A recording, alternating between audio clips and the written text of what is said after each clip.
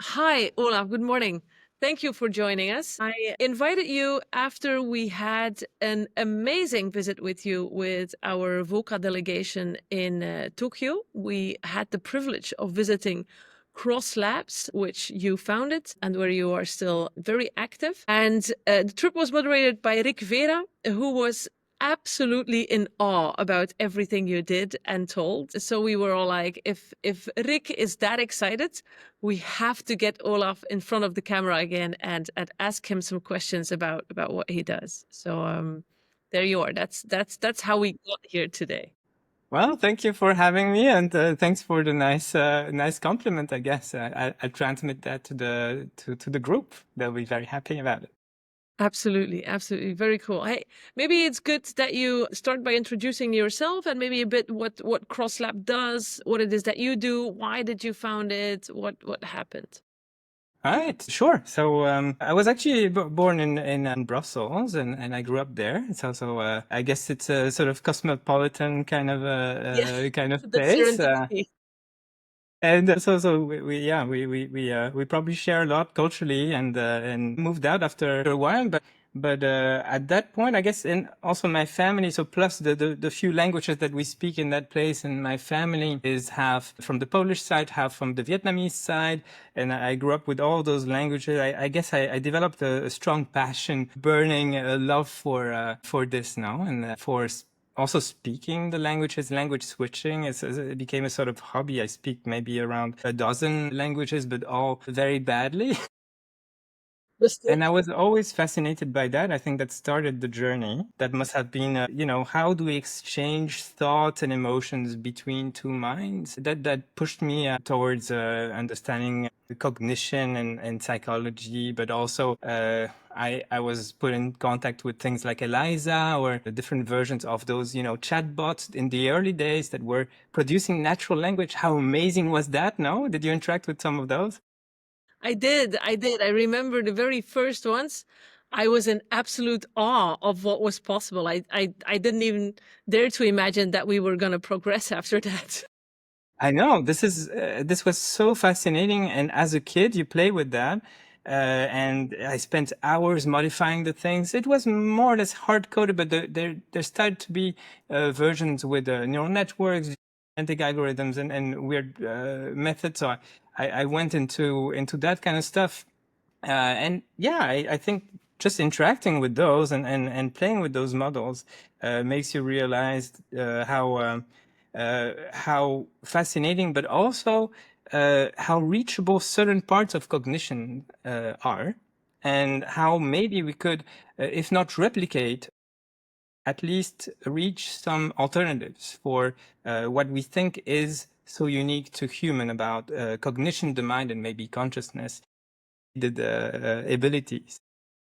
And yeah, so that pushed me. I was early on an entrepreneur, but I moved to different places in the world, and I guess I founded different ventures in the mind, science, technology, and maybe ethics as well. So I studied in Belgium. I did my thesis with MIT through a crypto group at the UCL, the Louvain thing, and then I spent some time in Japan, sometime in Princeton, and in the end, I landed here in Kyoto, where we founded CrossLabs. That's a sort of very nice version of my project, which is something I'm very active on still. Yeah.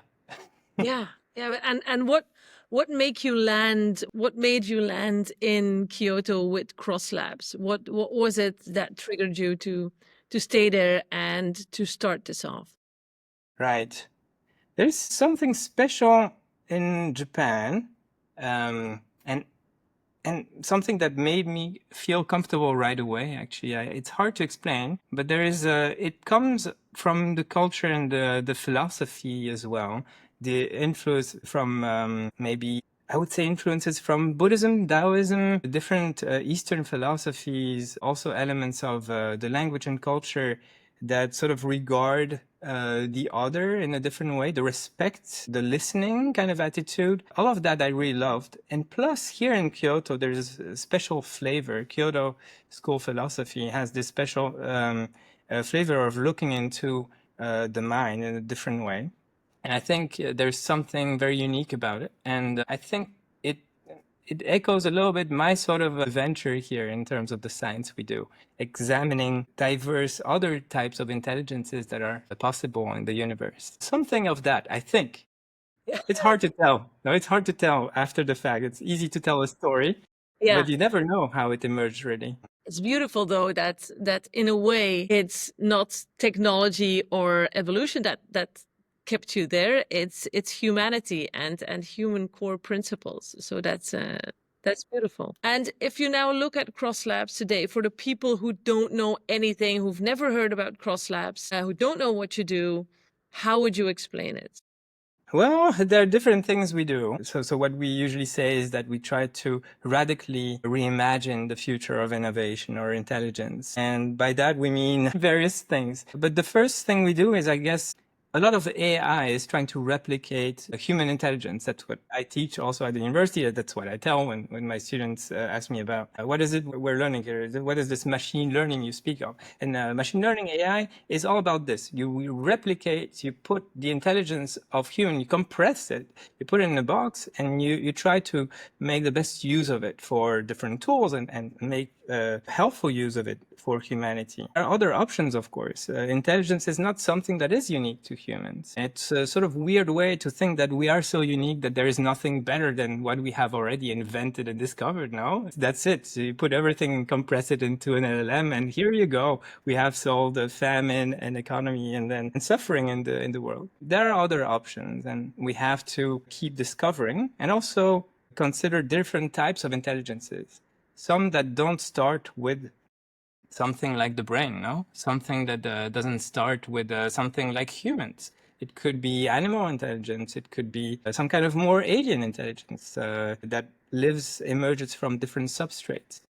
So I think that kind of thing is pretty important. Looking at different, what I call substrates, so different embodiments, or it could be, it could be stone, wood, water. It could be electronics, different types of chemistries as well, different types of embodiments that could have been instead of human embodiments. And maybe something that is lower or higher scale as well. It doesn't have to be at the human level of, we think this is our intelligence, and we tend to forget, for example, that there are many bacteria, microorganisms that make us, right? In our gut system, outside of trillions, I think tens of trillions of viruses and bacteria, microbes, they are also us. And it's weird to feel lonely if you realize that. So I think we try to do research in integrating all of that, which is a lot, and trying to find other options for, let's call it AI or artificial life, which is my main also hat that I'm pushing in the science world. Yeah, that's it's really beautiful because you look at knowledge, cognition, and intelligence as something everyone and everything inhibits. And then you try to take it all together and you try to create artificial life. It's a really beautiful way of looking at things. I mean, you could even, indeed, like you say, you could even look at vibrations plants have, or stones, or stories that stones have to tell us. Right. That's right, exactly. Plants, something coming from cells, different things, and listening to the options that they give us, not being limited by what we are or how we think. Yeah, exactly. Yeah. Yeah, it makes me think. I obviously don't understand every detail of it, but I really love the fact that you try to combine all those types of intelligence. Yeah, especially because indeed we often say that humans are walking heads, right? And we often identify only with the knowledge that we have or the knowledge that we gain from university, while there's an entire body telling things to us. Exactly. We tend not to listen a lot of the That's time. right. Yeah. That's right. There is yeah, we attribute a lot of it happening to this, right? But there is what are tools of science, also ways we filter and process knowledge with lenses that we have built over time. But also some of those lenses are in our DNA, some are our external kind of ecosystem, and the ecosystem kind of intelligence, right? And we tend to forget about that a lot. Another part of it is that to innovate, you sort of have to sort of backtrack also, not think that, I don't know, you build a very difficult project, a sort of moonshot kind of project. You're building a big, I don't know, engine or Or you're trying to reach the moon simply, and you're trying to climb on very high trees. Oh no, I'll climb on a larger tree, or I'll try to extend this tree. Trees don't get you to the moon, right? So that's the idea of the moonshot. And to get further away, maybe forget about what you used for the moonshot. We have to aim at something completely different to build a von Neumann replicator to go to other galaxies and explore. Very different project, right? Every time you build something drastically different, and if you limit yourself to what you have right now and try to do it now, that's a nice attempt, but there is value in examining a bit more radically something very different, and we try to do that. Yeah, so in a way, you say that if you combine all the different types of knowledge and you try to embed that into artificial life, then you will get into more radical innovation. Is that how I should understand it? Yes, I think so. So there are methods in what we do, and you know, some are sort of echoing old genetic algorithms. We don't reinvent the wheel. We use plenty of methods of discovery and search, you could say, of spaces. There is plenty of tools that we work with, some things like GA, evolutionary computation, but also so this open-ended technology or open-ended ness that we look at is trying to build an algorithm that never stops learning. Bits like so machine learning requires a huge amount of data, and at some point we'll run out of it for every single field you want to apply something to. And you have to acknowledge that we're going to starve in terms of new data, and we'll have to produce more, or we'll have to have a truly open-ended algorithm, which doesn't, when it runs out of data, doesn't stop learning, right? Something like a mathematician that can keep deriving equations from out of nothing. Yeah. And this is the purpose. And in a way, nature is doing that on Earth, right? It keeps discovering new solutions to find free energy and find ways to expand its realm of living. And this is something we not only have to copy, but sort of have to absorb and design from scratch. This is a sort of challenge. This is a one of those big challenges of the field, among others. So many things that we should sort of expand our minds to. Be, according to you, the top three big challenges, if you would look at this? Well, many things. How to pick something. Maybe one is communication among substrates. That's good because that allows me to maybe point at some concrete examples. Yeah. There's a project that we work on here. An early edition was in collaboration with Waseda University, where Dominic Chen built a NuCA-bot. And the principle is to put some lactic acid bacteria and home bacteria that you find on your body into a box and put a bunch of sensors in there and try to translate that into meaning that could be understandable by a person, a human, discussing with those bacteria, right? And this is partly to sort of open your sensitivity to us not being alone, like I was saying before. Yeah, we translated that into Japanese or English, and you have basically bacterial emotions translated to a human, and we try to vice versa translate back into the realm of the very small, living, minimally cognitive beings. And I think this is sort of fascinating because I think it's possible. Right? You can do that. Of course, this is a sort of toy model kind of project, but it expands into trying to translate from any substrate to any substrate. And if we can do that, well, that's something that first you could apply between humans, and sometimes it's difficult to exchange emotions in a way, and maybe we can build a technology that helps us do that. But also in the very near future now, we have to discuss with creatures that are alien to us, that we have created partly, which are those AIs or LLMs or whatever, probably hybrids as well. And humans are going to be much more diverse than they are now, cognitively. We'll share a common culture, but hopefully we keep diversifying. We don't become the same kind of being, copies of each other, but we keep this diversity culturally. I think this is central, super essential. So something like this is one of the big challenges, preserving the ability to transfer emotions between minds. But that's an exciting one. Yeah, absolutely. Yeah, because I'm already thinking it's already hard for two people often to understand one another, let alone to then be able to talk between brackets to Exactly. things that are alien to us. That's Yeah. right. And if we can build, so there are some techniques to sort of use sort of embeddings or those multidimensional maps in order to build a sort of dictionary of inner information. So, you know, the private information, not something that even you have something to talk about that you can easily point at, which are some simulations that we see in the field, but something more like private information like hunger or pain or joy or sensing color and music and, you know, all those synesthetic kind of sensations that connect different modes of perceiving the world. And I think if you can map that between minds, we have created an amazing tool. And this is a baby step kind of project into this, but this is the larger endeavor. Yeah. There are a few others. I don't know how much time we have, but No, okay. go ahead. Go ahead. This is super interesting. One other one is, well, we're creating so much content. Recently published a blog post about this. It's about the information bottleneck. So there's so much with generative AI, especially an explosion of data information that is available to us, you know, at the tip of our fingers on Google or whatever search engine you're using. It's difficult now to find something that you're looking for.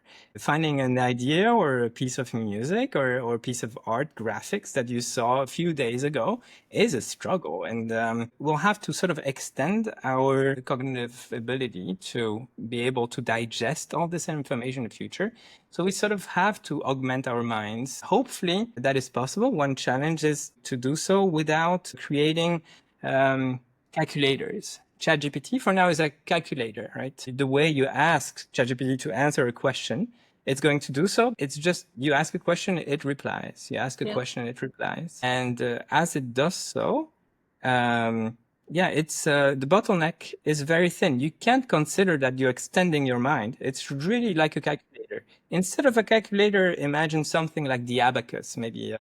It's called different things. It's soroban in Japanese, and you have those counting, you know, little balls, right? Yeah. And it turns out this technique can really increase your way of understanding, absorbing mathematics. And this is just an example. You could use different, techniques or a field of mathematics, maybe meditation techniques as well, to augment your cognition. And this is not like a robot that is autonomous external to you, but it augments directly the same sort of, let's call it light cone of cognition and also perception. And I think this is very valuable, right? Augmenting, not only replacing parts of our brains, it has a very different flavor. Also teaches us to cooperate with another agent, which is important. And there are a bunch of those that are computer science / cognition kind of questions, things that we can design into the tools. But we are pretty excited about that as well. I So that's bet the I can second one. see it. I can see it. And then maybe one more. Do you have one more where you say this is All also a right. big It's hard to pick, right? Maybe if I had another one, maybe it's a larger project, but we do create so much content. Maybe continuing on that, I was thinking of that first. Actually, I was going to say this one, and then I segued into the other one. There's so much, and language is evolving. That was actually my first field of research, linguistics, like Rick. So I was studying the evolution and structure of language as a sort of linguist / computer scientist. I made computational simulations of how agents exchange with each other, and we noticed that their language drifted over time. It changed. Okay. Codes, by the time you are done simulating, they're not using the same grammar anymore. They adapted to the range of tasks they're using. And there are nice sci-fi stories about this, right? Where the language is constrained by your embodiment, by your type of substrate you're computing in. And if that's the case, then as we switch to other embodiments, other languages are possible, but also the other way around. The language could be constraining itself, your cognition, your intelligence and perception of the world. So if I speak English, maybe I can't think of certain concepts as well as when I speak, I don't know, Chinese, Vietnamese, whatever it is. There are unspeakable words, sentences, maybe expressions. Yeah. This can become more radical as we evolve and I extend it. And it might be that we are not able to read our own books and literature and science from before. The wisdom is inaccessible to us. So how do we stretch back and how do we stretch in the future as well? So how do we build those bridges? a lot of the things I think about are very linguistic. So this is a very important thing, though. So maybe there's wisdom that might be lost. How do you write something relevant? In which language? How do you write your books? And how do you write the science so that we can make sure the structure is sort of stable and allows for progress? Okay, so this is another topic we work on. Those kind of questions.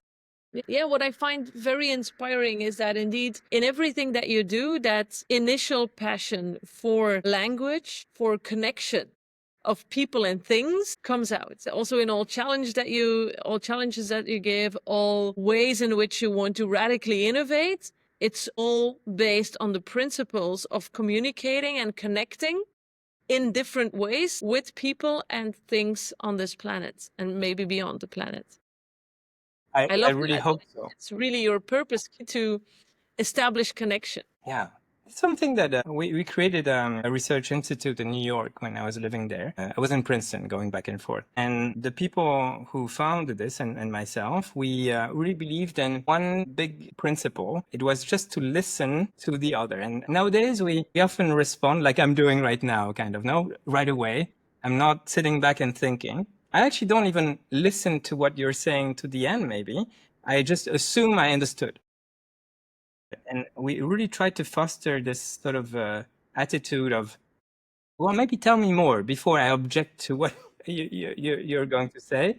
Maybe I won't object once I understand it a little bit better. And I really like that.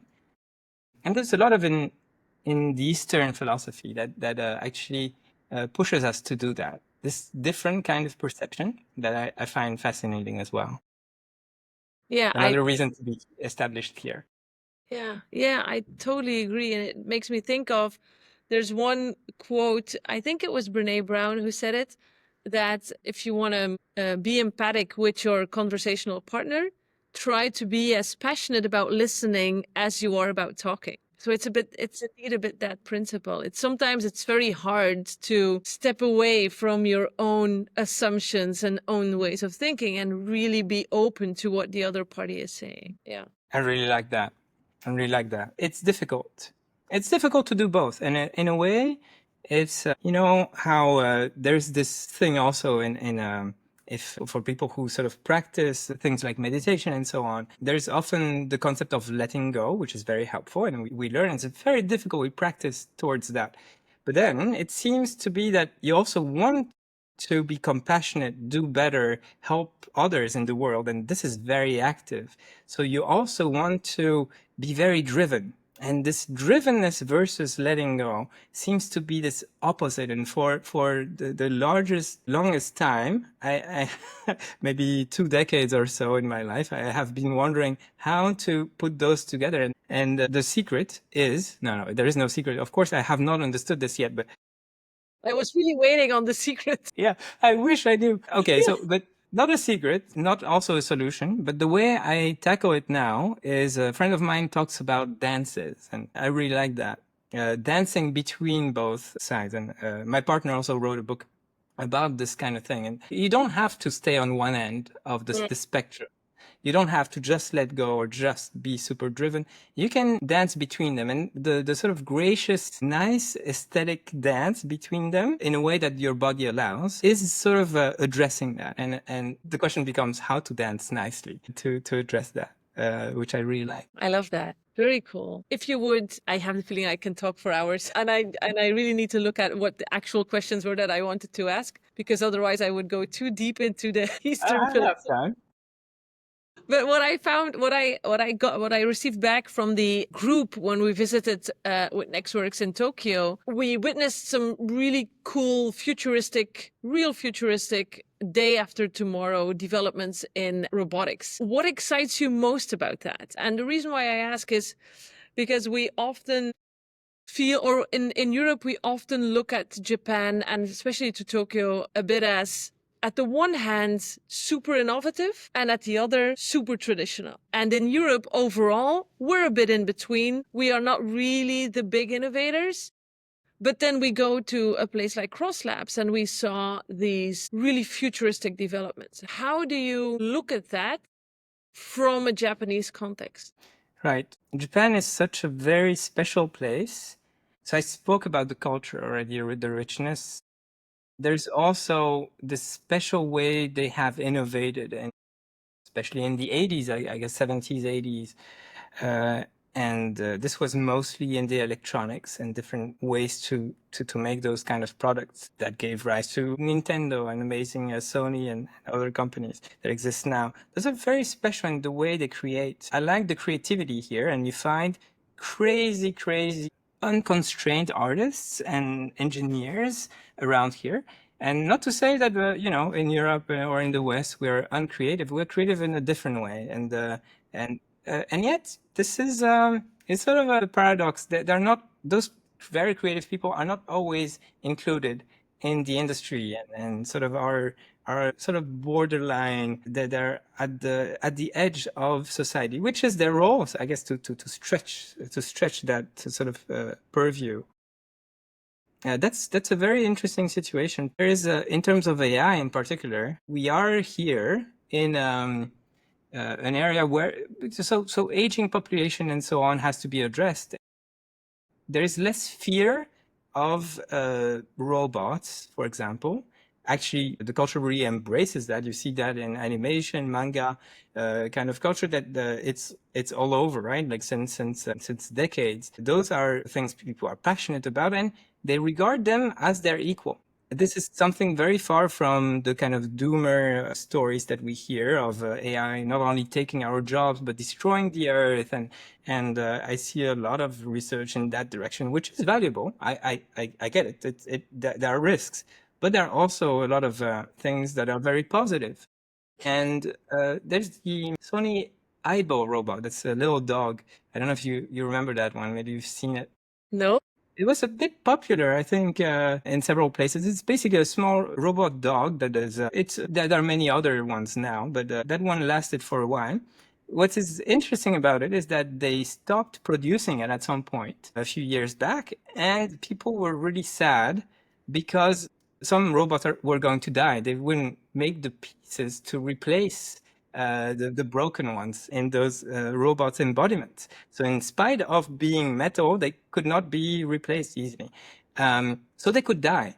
And actually, that brought them closer to their masters, to their human partners. And I found that beautiful, and people recognize that sort of a event as something that brought them closer. It's something only in Japan, like, but you had ceremonies of passing where they were included. Just it's very interesting to look at that. So there's this respect of the other minds, nature as being also a part of the mind that are considerable in terms of sentience, etc. And I think this is very good to have that point of view. So a bunch of things there. Just there's a lot of things that are valuable here, and it's true that it's very advanced, but it's going to be very challenged technologically now. Maybe that's what it needs. So another thought is that the bottleneck is useful, a bit like DeepSeek, this LLM algorithm Yeah. that came up in China. It came about there because there was a lot of pressure, competition. You don't throw money at projects there. I think the scarcity also pushes us towards innovation, something else that exists here in Japan. So maybe all of those sort of combined make it a very different ecosystem and a very valuable one for innovation. I'm sort of passionate about the value, the special values that I see here. And I hope I'm very happy I could share that with the group of visitors. Maybe you can keep spreading that for sure.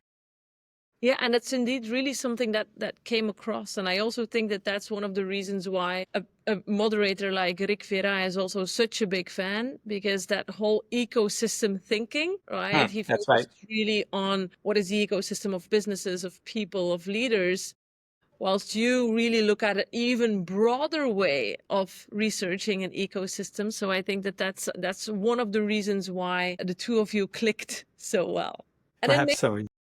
yeah, but maybe one of my last questions is, as you've been working across so many different cultures and across so many different places in the world, what is your look on international collaboration on radical innovation, and what is the role you see for Europe, for Japan in this space of radical innovation? Do you think that collaboration would improve the way we do things, or not?